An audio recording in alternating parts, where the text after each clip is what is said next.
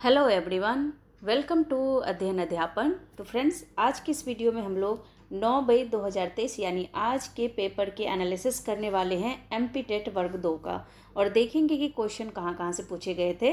तो जो क्वेश्चन यहाँ पर पता चला है वो मैं बताने का प्रयास कर रही हूँ। अगर आप में से किसी भी अभ्यर्थी को और भी क्वेश्चन पता हो तो कमेंट सेक्शन में जाकर लिख सकते हैं, ताकि दूसरे अभ्यर्थियों की हेल्प हो सके। देखिए, अगर पार्ट ए की बात करें, यानी पार्ट ए जो होता है आपका, इसमें विलोम शब्द से क्वेश्चन पूछे गए थे, प्रत्यय से क्वेश्चन पूछे गए थे, पद्यांश गद्यांश से चार चार क्वेश्चन पूछे ही जा रहे हैं। तो इसमें कोई चेंजेस देखने को नहीं मिला। यहाँ पर अगर देखें तो समास से क्वेश्चन अब पूछा जा रहा है धीरे धीरे। जैसे यहाँ पर पूछा था कि नीलांबर में कौन सा समास है, तो आप सभी को पता होगा कर्मधारय समास है। इसके बाद नेक्स्ट क्वेश्चन देखिए, प्रकृति के सुकुमार कवि किसे कहते हैं, तो सुमित्रा नंदन पंत को। और इसके बाद नेक्स्ट क्वेश्चन देखिए, चुनाव में कौन सा प्रत्यय प्रयुक्त हुआ है, तो आप प्रत्यय प्रयुक्त हुआ है। इसके बाद स्वावलंबी होना किस मुहावरे का अर्थ है, तो अपने पैरों पर खड़ा होना। इसके बाद नेक्स्ट क्वेश्चन देखिए, विशेषण की विशेषता बताने वाला शब्द क्या कहलाता है, प्रविशेषण। नेक्स्ट क्वेश्चन देखिए,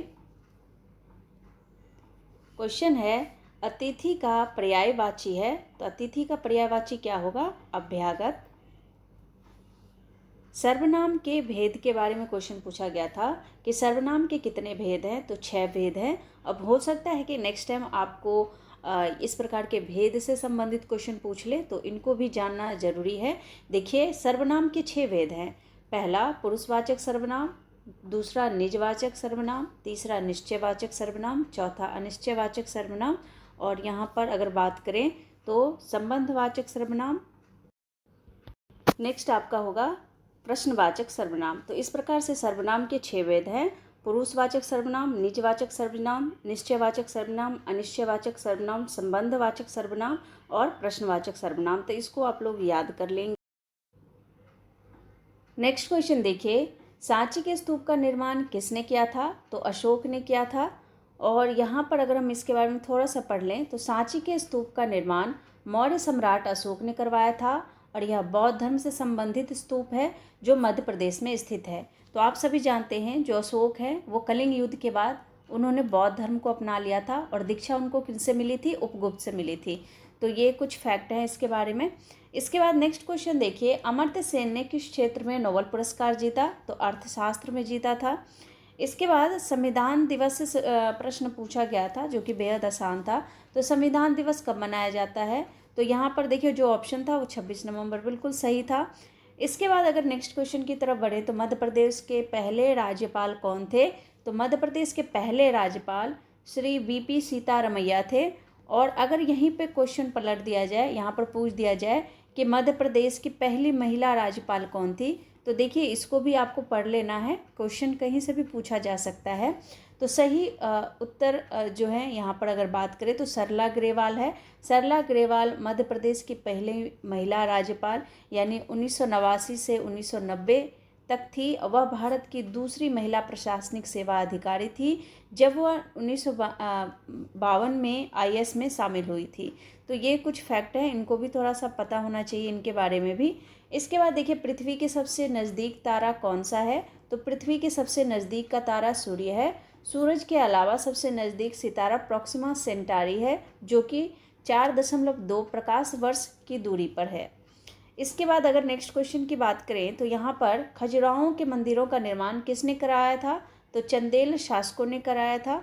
इसके बाद देखिए, रीजनिंग से आपके क्वेश्चन, रीजनिंग मैथ, ये जो क्वेश्चन है जो पार्ट ए में पूछे जा रहे हैं, तो देखिए यहाँ पर मैथ से सिर्फ 3 क्वेश्चन देखने को मिला है। ब्लड रिलेशन यानी रक्त संबंध से क्वेश्चन मिला है, डिस्टेंस डायरेक्शन से क्वेश्चन मिला है, कोडिंग डिकोडिंग से भी क्वेश्चन आया था।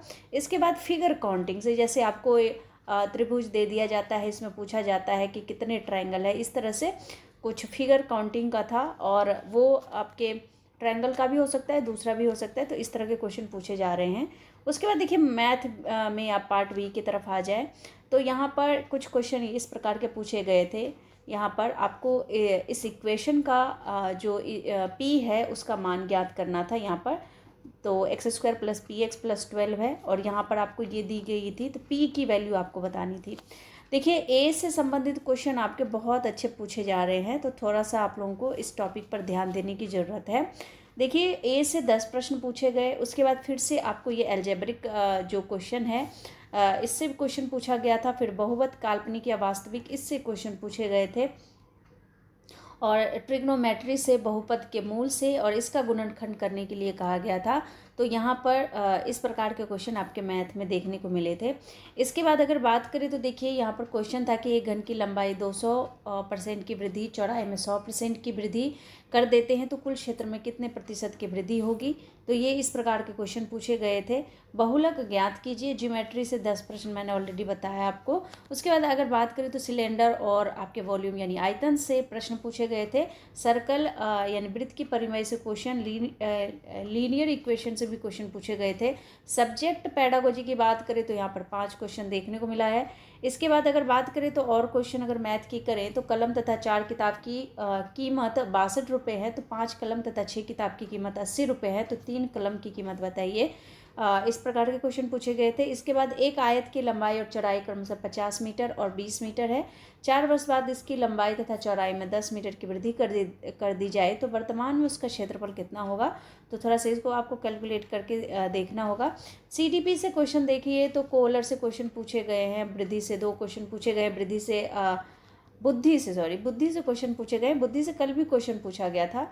देखिए, और जो आपका बाकी जो पेडागोजी है, CDP है, वो बहुत ही आसान पूछा जा रहा है, मतलब बेसिक थिंकिंग पर, मतलब बच्चा कैसे पढ़ेगा, इस तरह के बच्चे हैं उसको किस चीज़ की आवश्यकता होगी। जैसे कोई रिटार्डेड बच्चा है, किसी को विजुअल डिसेबिलिटी है, किसी को पढ़ने से संबंधित विकार है, मतलब बहुत इजी वे में क्वेश्चन पूछा जा रहा है। मनोवैज्ञानिक से क्वेश्चन आप तभी सही करके आएंगे जब आप उस मनोवैज्ञानिक को पढ़े होंगे, लेकिन फिर भी अगर आप ध्यान से ऑप्शन को लगाएंगे तो आप सही आंसर तक पहुंच जाएंगे।